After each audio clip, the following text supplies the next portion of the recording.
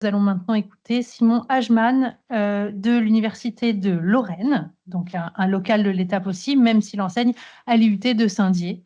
Il va nous parler cette fois-ci plus spécifiquement de jeux vidéo. Donc on va vraiment de la littérature vers les jeux vidéo. Merci aux organisateurs pour toujours parler de personnages jouables. Dans les jeux vidéo historiques de Paint Bucket, Playing History ou Charts Games, les personnages jouables sont d'une grande diversité.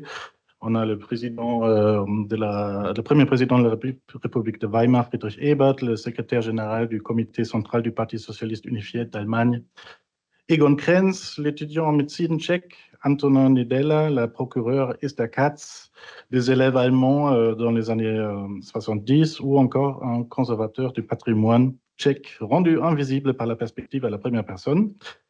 Cette hétérogénéité témoigne donc de la richesse narrative du genre. Toutefois, donc, la conception des personnages est d'une grande importance dans la mesure où elle influence profondément la manière dont les joueurs et joueuses perçoivent l'intrigue, mais aussi donc les références historiques.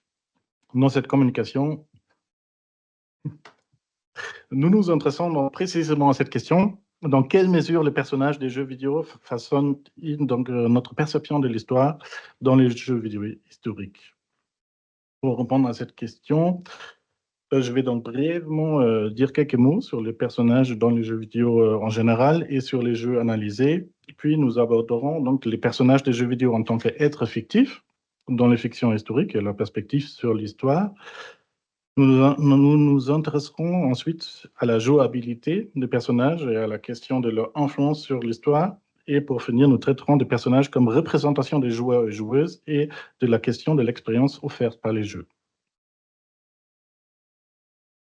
Donc, les personnages des jeux vidéo, en particulier donc les personnages jouables, présentent donc une complexité qui nécessite une approche analytique plurielle pour en saisir pleinement les enjeux.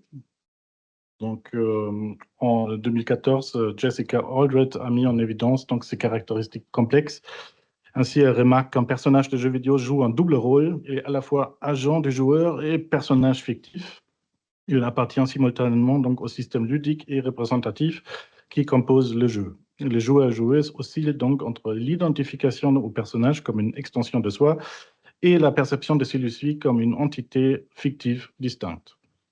Par la suite, Felix Schröter a approfondi la théorie des personnages des jeux vidéo dans sa thèse datant de 2021, dédiée donc à la théorie esthétique du personnage des jeux vidéo, en mettant donc en évidence 3 caractéristiques essentielles des personnages des jeux vidéo en tant qu'être fictif, en tant que personnage de jeu et en tant que représentation des joueurs par rapport à d'autres. Ce dernier point joue donc un rôle particulièrement important chez Schröter en ce qui concerne donc les jeux multijoueurs. Dans mon analyse aujourd'hui, je vais aborder ces 3 différentes caractéristiques des personnages des jeux vidéo dans un cadre particulier, donc celui des jeux vidéo historiques. Ce qui m'amène donc à modifier un petit peu le 3e point. Je ne vais pas penser les représentations des joueurs et joueuses par rapport à d'autres joueurs et joueuses, surtout parce que là, les jeux, ce n'est pas des jeux multijoueurs, mais donc plutôt par rapport à leur relation avec la représentation historique. Mon corpus se compose donc des productions de 3 studios basés à Berlin et à Prague. Les 3 studios se sont spécialisés dans les jeux vidéo historiques, qui sont reconnus donc pour leur qualité historique. Ils collaborent régulièrement avec des institutions culturelles telles que des musées et des lieux de mémoire afin de développer donc des œuvres traitant des sujets sensibles, notamment donc liés au nazisme et à la Seconde Guerre mondiale. Pour des raisons de temps, là je parlerai aujourd'hui uniquement des jeux marqués en gras.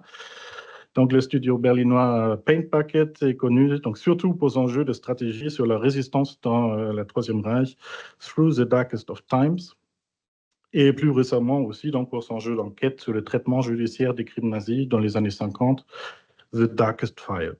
Pour le jeu sérieux, Erinnern die Kinder vom Bullenhuser Damm, donc se souvenir les enfants du Bullenhuser Damm, des studios auxquels collaborer donc avec un lieu de mémoire. Le studio Playing History, également donc basé à Berlin, a pour activité principale donc la création des jeux sérieux en partenariat avec des musées et des lieux de mémoire. Et le jeu Friedrich Ebert, Le chemin vers la démocratie, réalisé donc en collaboration avec la Fondation Reichspräsident Friedrich Ebert Gedenkstätte, a remporté donc le prix allemand du jeu vidéo dans la catégorie meilleur jeu sérieux en 2024. Le studio pragois Charles Games, créé donc par des étudiants et des enseignants de l'université Charles de Prague, a largement contribué donc à lancer la nouvelle tendance des jeux historiques sérieux avec Attentat 1942 et son successeur Svoboda 1945 Liberation. Pour leur jeu Train to Sachsenhausen, ils ont collaboré avec une fondation allemande pour l'indemnisation et la mémoire des travailleurs forcés sous le régime nazi.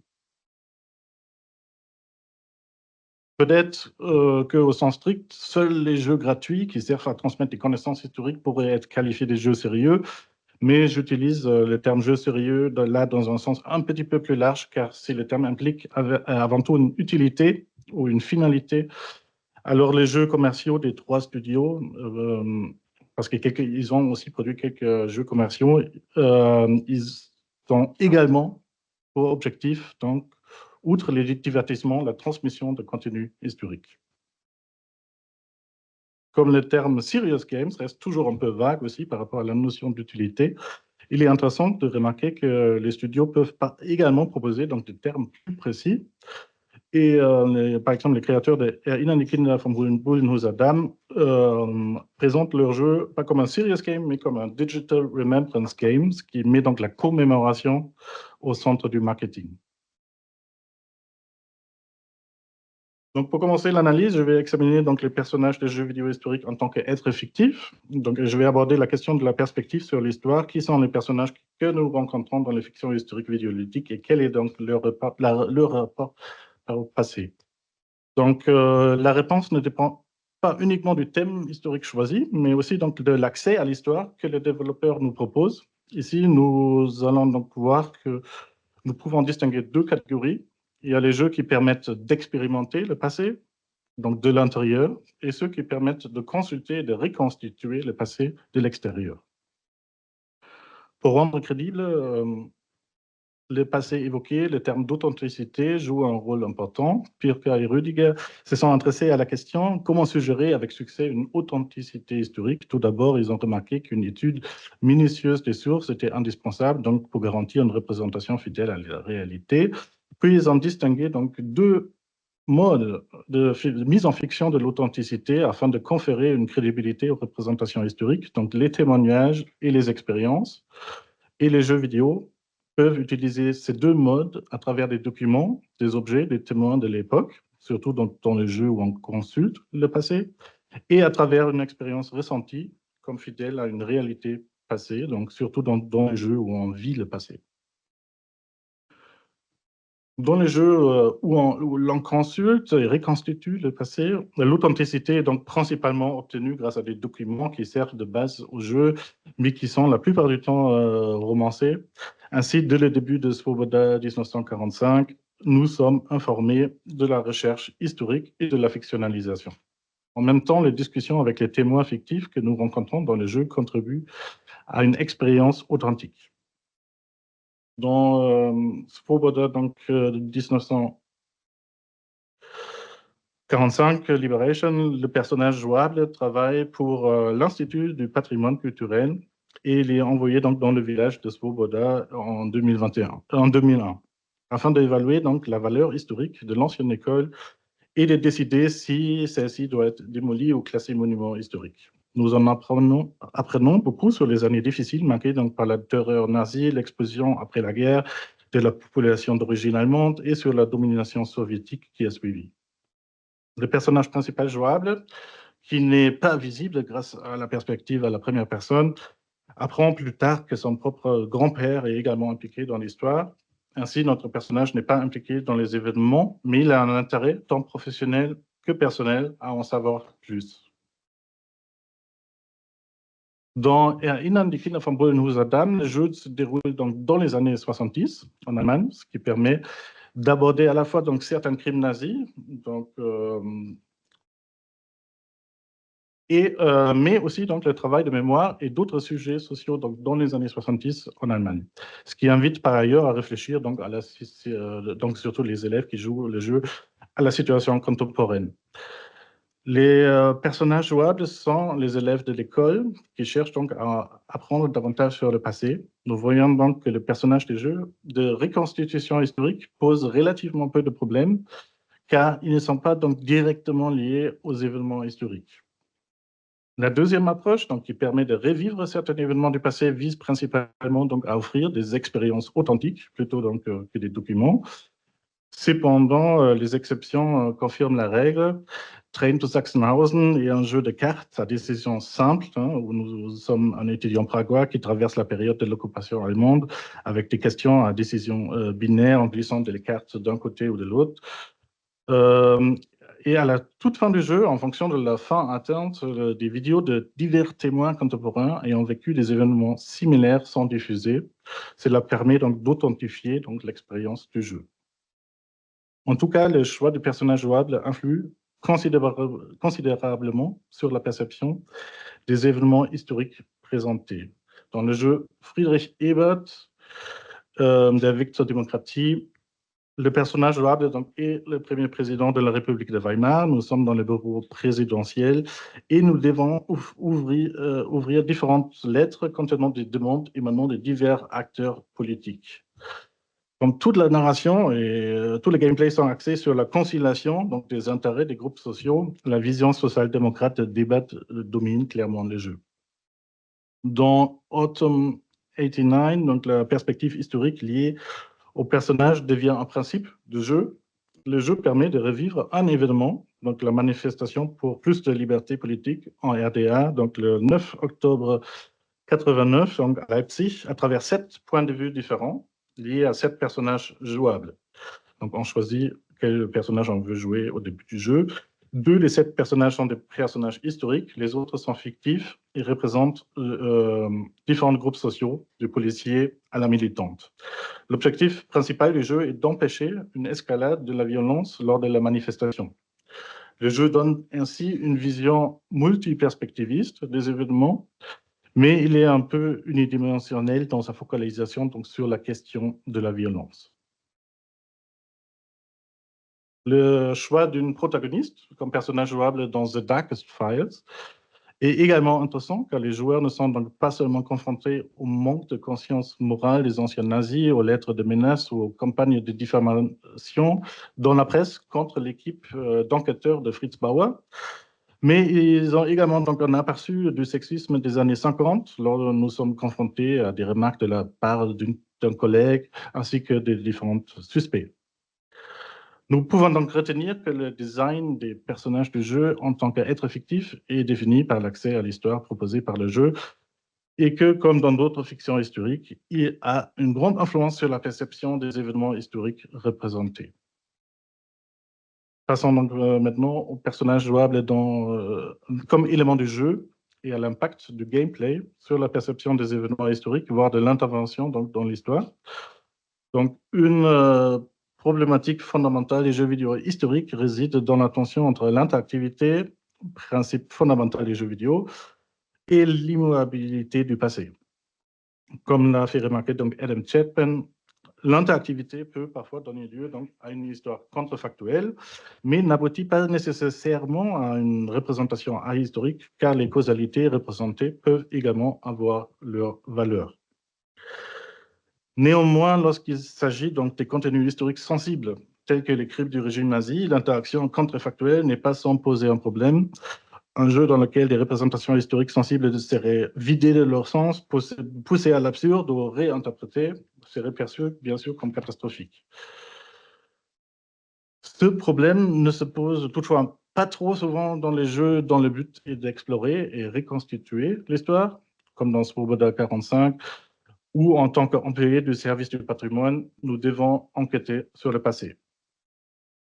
Dans les enfants de Bullenhuser Damm, cette approche de la reconstruction du passé a été donc choisie délibérément pour plusieurs raisons. Premièrement, donc, le meurtre de 20 enfants juifs est très difficile à représenter. En transposant l'histoire dans les années 70, on contourne cette difficulté. De plus, les personnages du jeu, les élèves non impliqués qui veulent comprendre le passé, constituent donc des figures d'identification idéales pour les publics cibles du jeu, hein, les élèves du secondaire qui se posent donc des questions sur l'histoire. Dans les jeux qui cherchent à faire expérimenter le passé, le problème de l'interactivité est un peu plus complexe. Une technique populaire dans les fictions historiques consiste à se concentrer sur des personnages historiquement inconnus. C'est ainsi que nous vivons donc des aventures privées dans un cadre historique et les possibilités interactives ne concernent que l'histoire individuelle, fictive, et ne changent pas trop le grand cadre historique. L'étudiant que nous pouvons incarner, par exemple, dans le jeu de cartes à choix, Trainton Sachsenhausen, n'est pas un personnage historique, mais les événements représentés le sont bel et bien la représentation de la résistance contre l'occupation de Prague. Nous devons donc choisir entre la résistance et la conformité, ce qui détermine donc les conséquences et le déroulement du jeu, mais pas des événements historiques représentés. Dans Autumn 89, nous pouvons choisir au début donc, parmi plusieurs personnages jouables pour vivre donc, les événements du 9 octobre 89 et la fin de la RDA. La plupart sont des personnages donc, secondaires de l'histoire, comme une enseignante, une infirmière, un policier, une activiste, dont les actions ne changent que très peu le cours de l'histoire. Mais Autumn 89 nous propose également donc, de jouer Egon Krenz, donc président du Conseil d'État de la RDA, comme personnage jouable. C'est là que cela devient problématique, car nous pouvons donc prendre des décisions qui deviennent historiquement contrefactuelles et qui ont une certaine importance, par exemple les instructions sur le comportement de la police lors des manifestations. À la fin, il y a une courte vidéo sur les événements historiques, mais pas de réelle comparaison entre les décisions prises dans le jeu et la réalité historique. Il y a donc là relativement peu d'effets d'apprentissage historique. La stratégie dans le jeu Friedrich Ebert pour limiter les actions contrefactuelles consiste à ancrer les étapes historiques fixes et toujours viser donc le prochain grand événement historique comme objectif du jeu. Donc, entre 1900 et 1925, il est donc possible de prendre quelques décisions en partie différentes de celles d'Ebert, mais les événements les plus importants du jeu restent toutefois les mêmes, quelle que soit la décision prise. Et cela limite donc fortement les possibilités d'action d'un président aussi. Et ainsi, se soulève donc un autre problème, celui du déterminisme historique. C'est en quelque sorte donc le problème inverse de l'histoire contrefactuelle. Là, la présentation de l'histoire comme inchangeable, où il faut juste survivre et d'aller d'un jalon à l'autre jusqu'à la fin, suggère donc un déterminisme historique qui est problématique car la possibilité de changement est un principe fondamental de l'histoire. Nous pouvons donc affirmer que la combinaison du personnage et de la perspective qui lui est associée, ainsi que les possibilités d'action qui lui sont offertes, sont essentielles, donc non seulement pour l'expérience ludique, mais aussi donc pour la compréhension de l'histoire. Dans un troisième temps, nous allons donc aborder la représentation des joueurs et des joueuses en relation avec le personnage du jeu dans le contexte historique et la question du type d'expérience que proposent les jeux. Il s'agit de réfléchir au rôle que les joueurs doivent jouer en guidant leurs personnages dans des univers de jeux chargés d'histoire. Une première approche pourrait être de considérer les joueurs et joueuses comme des touristes. Ainsi, Michael Mourocki a constaté beaucoup de similarités dans la perception de l'authenticité patrimoniale entre le tourisme des sites patrimoniaux et l'expérience des jeux vidéo historiques. Il montre que les jeux numériques, tout comme le tourisme culturel, n'offrent pas nécessairement des expériences approfondies du patrimoine culturel. Il précise que les jeux vidéo ne permettent certes pas un contact physique avec la substance matérielle du patrimoine culturel, mais qu'il offre toutefois un contact perceptible et des interactions ludiques avec ces représentations. L'une de mes hypothèses est que ce sont précisément les personnages jouables qui peuvent nous offrir un lien un peu plus profond avec le contenu historique et en nous permettant donc de dépasser donc, ce statut de touriste numérique passif. Donc, dans les jeux où nous pouvons nous mettre dans la peau des personnages historiques, les possibilités d'action nous rendent en quelque sorte acteurs de l'histoire. Donc, si dans Friedrich Ebert, Le chemin vers la démocratie, nous incarnons Friedrich Ebert face à une série d'intérêts très différents de différents groupes sociaux, donc la population, le parti, l'armée, les autres forces politiques de gauche et de droite, et que nous devons maintenir donc un certain équilibre dans nos décisions. Cela peut nous aider à comprendre certaines difficultés de l'action politique d'Ebert. Les jeux vidéo peuvent donc nous aider à mieux comprendre la marge de manœuvre donc, de certains acteurs historiques. Concernant les personnages historiques secondaires, Autumn 89 montre par exemple que même les personnages historiquement insignifiants peuvent, par leur action, donner l'impulsion à des actions collectives et ainsi influencer l'histoire dans leur cadre. Dans The Darkest Files, nous incarnons donc une procureure fictive, mais qui se bat donc pour une justice soit faite et que la vérité soit révélée à travers deux affaires inspirées donc des faits réels, des crimes commis à l'époque nazie. Dans les jeux où il s'agit donc de reconstruire le passé, les méthodes de travail des historiens et des historiennes deviennent en quelque sorte aussi le principe du jeu lorsqu'il s'agit donc d'analyser des documents, d'interroger des témoins et de tirer des conclusions. Ainsi, dans Swoboda Liberation, nous devons travailler dans le rôle d'un agent de l'Institut du patrimoine, le travail des détectives historiques et peut-être le plus évident dans The Darkest Files, donc, où nous sommes donc la jeune procureure fictive Esther Katz, qui assiste donc le chasseur des crimes nazis le plus connu de l'époque, Fritz Bauer, dans sa lutte contre les anciens nazis, toujours actifs dans les institutions et la recherche de véracité et de justice historique. Dans des jeux tels que Svoboda 45, Liberation, wo erinnern die Kinder vom Bullenhuser Damm, il ne s'agit donc pas seulement d'explorer le passé, mais aussi donc de thématiser la manière dont nous nous souvenons du passé. Tabea Wittmann remarque ainsi que le jeu informe sur le destin des victimes historiques et décrit différents lieux de mémoire ainsi que les formes qu'ils prennent, donc la bibliothèque, la plaque commémorative, dans l'école, etc. Dans sa thèse, Wittmann développe donc le concept de prosthetic witnessing, un processus situé donc dans l'espace de médiation du jeu numérique dans lequel se déroulent donc à la fois des actions ludiques et des actions culturelles sur la mémoire, la commémoration. Wittmann se base sur le concept de prosthetic memories d'Alison Landberg qui renvoie donc à des films sur la Shoah en tant que souvenir artificiel médiatisé, mais qui ont des effets affectifs et empathiques sur les spectateurs et spectatrices. Pour Wittmann, les joueurs et joueuses de jeux vidéo historiques ont aussi donc des effets affectifs et empathiques, et avec l'interactivité, les jeux vidéo deviennent donc, selon elle, des témoins actifs de la culture mémorielle. Cette approche se manifeste donc particulièrement donc dans Innern die Kinder von Bullenhuser Damm, car les personnages jouables des élèves cherchent d'un côté à apprendre davantage sur l'histoire et d'un autre côté commencent à s'interroger activement sur le monde et les pratiques de la culture mémorielle.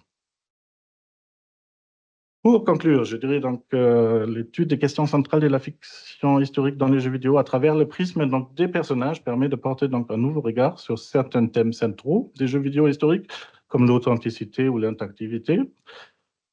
La problématique était donc dans quelle mesure les personnages des jeux vidéo influencent-ils notre perception de l'histoire dans les jeux vidéo historiques. Donc nous pouvons retenir donc 3 constats majeurs. Le design des personnages jouables a un impact sur la perspective véhiculée sur les événements historiques représentés. La conception des personnages jouables est également un facteur décisif pour les possibilités d'action des joueurs et joueuses et ainsi pour l'expérience de la fiction historique. Et enfin, il y a également donc un lien entre personnages jouables et les rôles attribués aux joueurs et joueuses, explicitement donc dans les jeux ayant une ambition autre que les divertissements, donc comme c'est le cas des jeux sérieux. L'idée à retenir, donc, c'est que la rigueur dans la conception du personnage jouable envisagé dans ces différentes dimensions constitue donc une condition essentielle pour assurer donc une transmission pertinente, respectueuse et critique de contenu historique. Je vous remercie.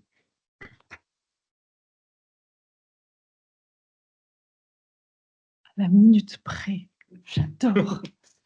Merci beaucoup aux 3 intervenants.